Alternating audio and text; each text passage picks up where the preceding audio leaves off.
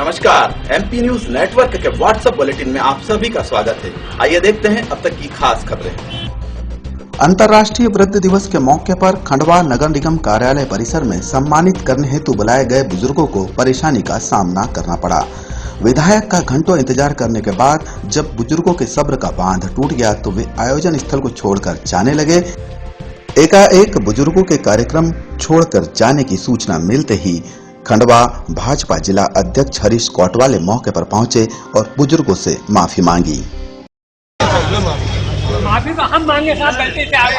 अगर वो आ गए तो यहीं बैठते हमारे साथ रास्ता देखते, हमको अकेले रास्ता देखते। हम विधायक को देखने के लिए नहीं आए, हमको सामाजिक न्याय का आह्वान।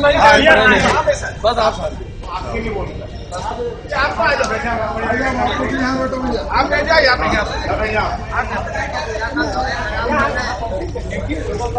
तो सम्मान करिए।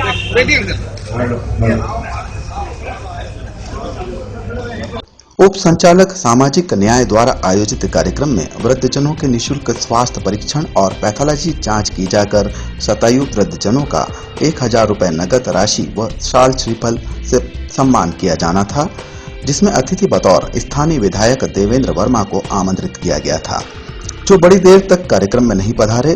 तब विधायक का इंतजार करते परेशान हो चुके बुजुर्गों ने कार्यक्रम को छोड़कर जाना उचित समझा, जिन्हें बमुश्किल मनाया गया।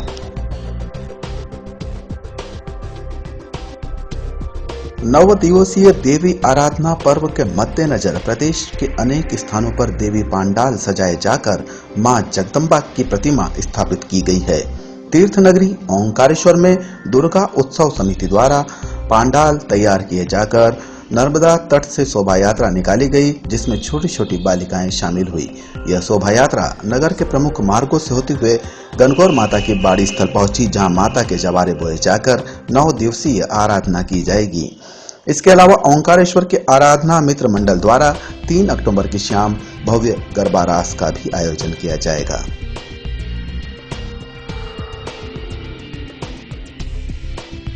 खरगोन जिले के बड़वा नगर में भी नवरात्र पर्व को लेकर सुबह से ही तैयारियां आरंभ हो गई। आसपास के ग्रामीण अंचलों से बड़ी संख्या में श्रद्धालु देवी प्रतिमा लेने बड़वा पहुंचे। मूर्ति विक्रेता ने बताया कि इस बार इंदौर और खंडवा से लाई गई प्रतिमाओं की बड़ी डिमांड रही। शेरावाली का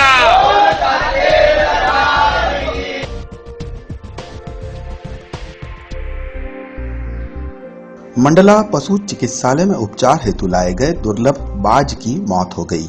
पशु पक्षियों की श्रेणी में शेड्यूल 1 में आने वाले बाज का पोस्टमार्टम और अंतिम संस्कार वन विभाग के आला अधिकारियों की मौजूदगी में किया गया। गौरतलब है कि 1 सप्ताह पूर्व घायल मिले बाज को अज्ञात व्यक्ति ने पशु चिकित्सालय पहुंचाया था, जिसका चिकित्सकों ने उपचार किया जाकर उसे वन विभाग के हवाले कर दिया था।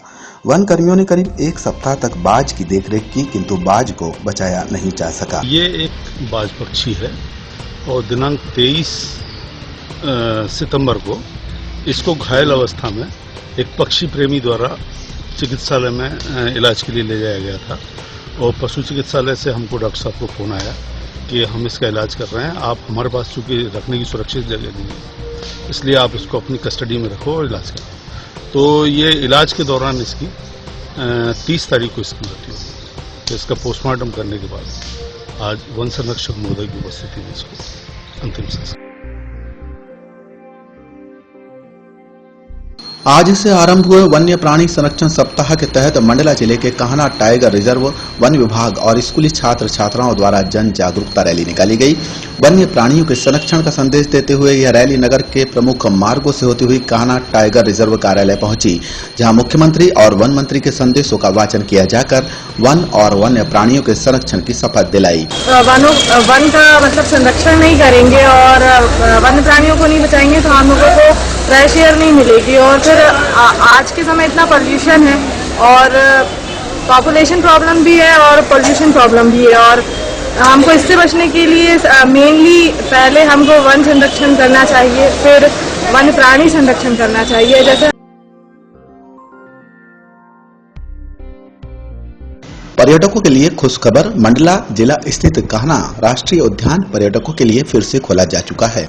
कान्हा उद्यान के खुलते ही पर्यटकों ने पार्क का भ्रमण कर वाइल्ड लाइफ का आनंद उठाया। पर्यटकों की खुशकिस्मती रही कि उन्हें पहले ही दिन कान्हा जिले की शान कहे जाने वनराज के दीदार करने को मिले।